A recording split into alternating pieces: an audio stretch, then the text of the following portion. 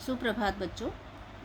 आज के इस वीडियो में कक्षा 9 का कार्यपत्रक 3 तिथि 9 जुलाई 2021। बेटा, आज के इस कार्यपत्रक में आपको एक गद्यांश दिया हुआ है। इस गद्यांश को आइए जानते हैं क्या है। अंग्रेज़ों के आने से पहले भारत में एक परंपरा थी कि साल भर की उपज का एक हिस्सा राजा का भाग माना जाता था। जो सांझे पे खेती करने वाले किसान, जिनका जमीन पर संयुक्त स्वामित्व होता था, या अपने गांव का खुद प्रबंध करने वाला ग्रामीण समाज खिराज या कर के रूप में शासक को देता था। आप लोगों ने सुना होगा कि पहले जो राजा प्रथा हुआ करती थी, तो राजा को खेती करने के लिए किसानों को एक टैक्स देना पड़ता था, कर चुकाना पड़ता था। सालाना पैदावार के घटने बढ़ने के साथ राजा का भाग भी अपने आप घट बढ़ जाता था। यानी कि अगर पैदावार ज़्यादा हुई है तो राजा का हिस्सा ज़्यादा, और कम हुई है तो कम हो जाता था। जब अंग्रेज़ आए तो अंग्रेज़ों ने इस पुरानी परंपरा को ख़त्म करके एक निश्चित नकद रकम के रूप में मालगुजारी लेना शुरू किया। ये मालगुजारी भी एक तरह का टैक्स ही था। यह रकम ज़मीन के हिस्से से तय की जाती थी और साल भर में पैदावार चाहे कम हुई हो या ज़्यादा, जो रकम पहले से तय कर दी गई वही वसूल की जाती थी। और ज़्यादातर मालगुजारी अलग अलग व्यक्तियों पर लगाई जाती थी, जो या तो खुद खेती करने वाले काश्तकार थे या सरकार द्वारा नियुक्त किए गए ज़मींदार थे। इसके बाद जो कसर बची थी वह भारत के इंग्लैंड के ढंग की ज़मींदारी प्रथा और वहाँ की पूंजीवादी व्यवस्था जारी करके पूरी कर दी गई।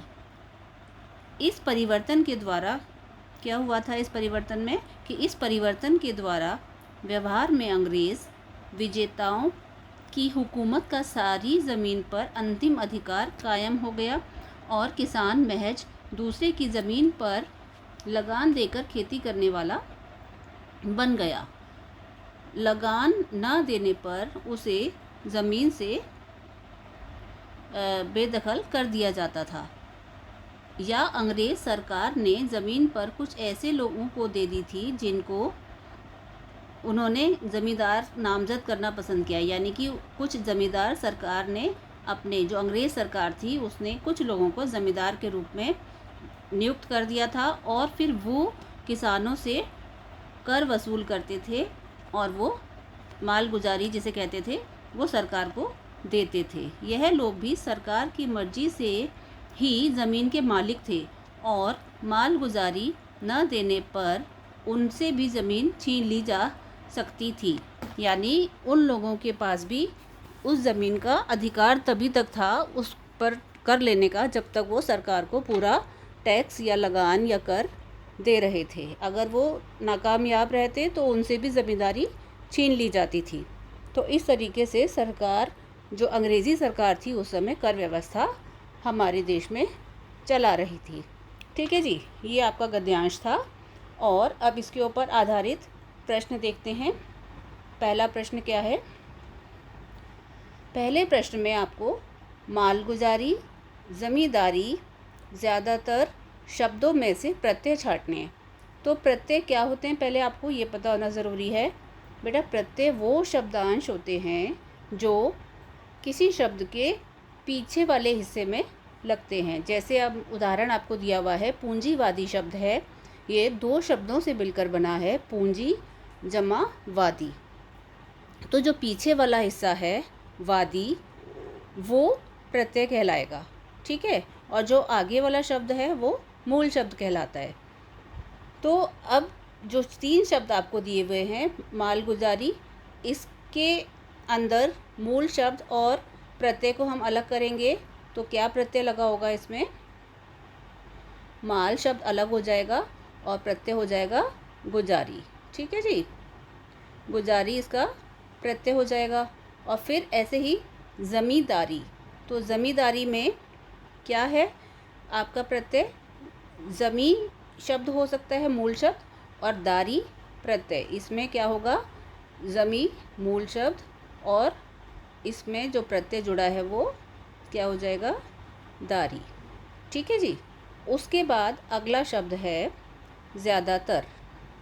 ठीक है, अब ज़्यादातर में क्या क्या चीज़ें जुड़ी हुई हैं, इसमें ज़्यादा शब्द मूल शब्द हो जाएगा और प्रत्यय जो बताना है वो तर हो जाएगा। ठीक है, इस तरीके से आप दिए हुए शब्दों में से प्रत्यय अलग करके लिख सकते हैं। उसके बाद अगले प्रश्न पे आ जाते हैं। अगला प्रश्न है, सालाना शब्द से आप क्या समझते हैं। सालाना शब्द का मतलब क्या है आपको बताना है। सालाना शब्द का अर्थ है साल में एक बार होने वाला, यानी जो चीज़ साल में पूरे वर्ष भर में एक बार होती है वो सालाना कहलाती है। तो इसके लिए आप लिख सकते हो साल में एक बार होने वाला, या वार्षिक भी लिख सकते हैं। एक शब्द में इसको लिखेंगे तो वार्षिक या साल में एक बार होने वाला, साल में एक बार होने वाला। ठीक है, तो इस तरीके से इसका अर्थ आप लिख सकते हैं। उसके बाद आपका तीसरा प्रश्न है, प्रश्न 3, अपने परिवार की सहायता से आपको उपरोक्त गद्यांश में से उर्दू शब्द छांटने हैं। तो जो ये आपको गद्यांश दिया हुआ है बेटा, इसमें कई सारे शब्द ऐसे हैं जो उर्दू शब्द हैं और हम इसको एक बार देखते हैं कि कौन कौन से ऐसे शब्द हैं जो उर्दू शब्द हैं। दोबारा से, अंग्रेज़ों के आने से पहले भारत में एक परंपरा थी कि साल भर, साल शब्द भी वैसे उर्दू शब्द ही है। और उसके बाद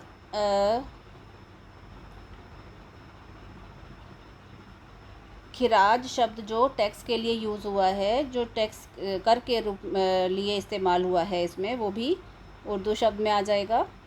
ठीक है, उसके बाद आप देखते हैं इसमें आगे, तो मालगुजारी शब्द है, रकम शब्द है, और उसके बाद अगला शब्द है, क्या हो सकता है,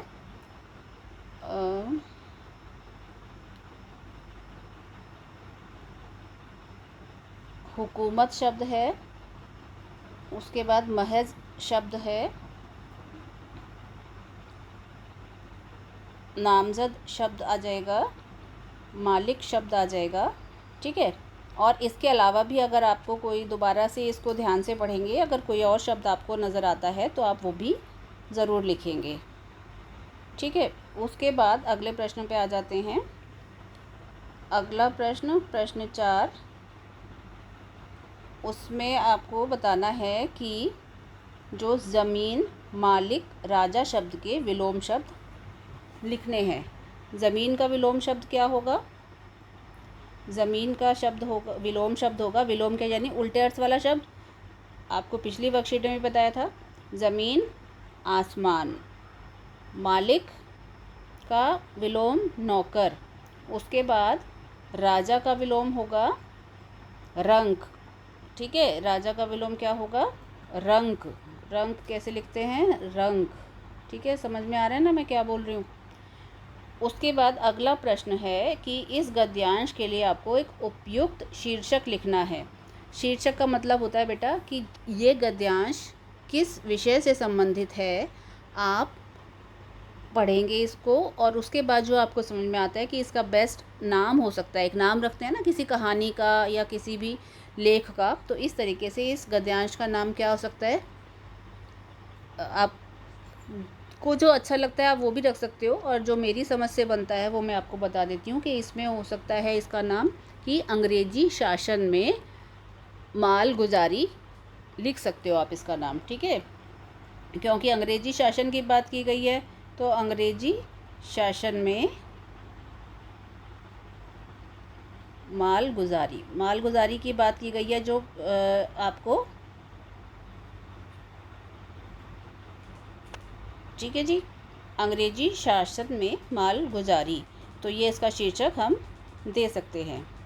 तो इस तरीके से आप ये वर्कशीट कंप्लीट कर सकते हैं और अपना कार्य पूरा करके अपनी अध्यापिका को भेज सकते हैं। ठीक है बच्चों, आज के लिए इतना ही। अपना ख्याल रखिएगा और सब सुरक्षित रहिएगा। नमस्कार।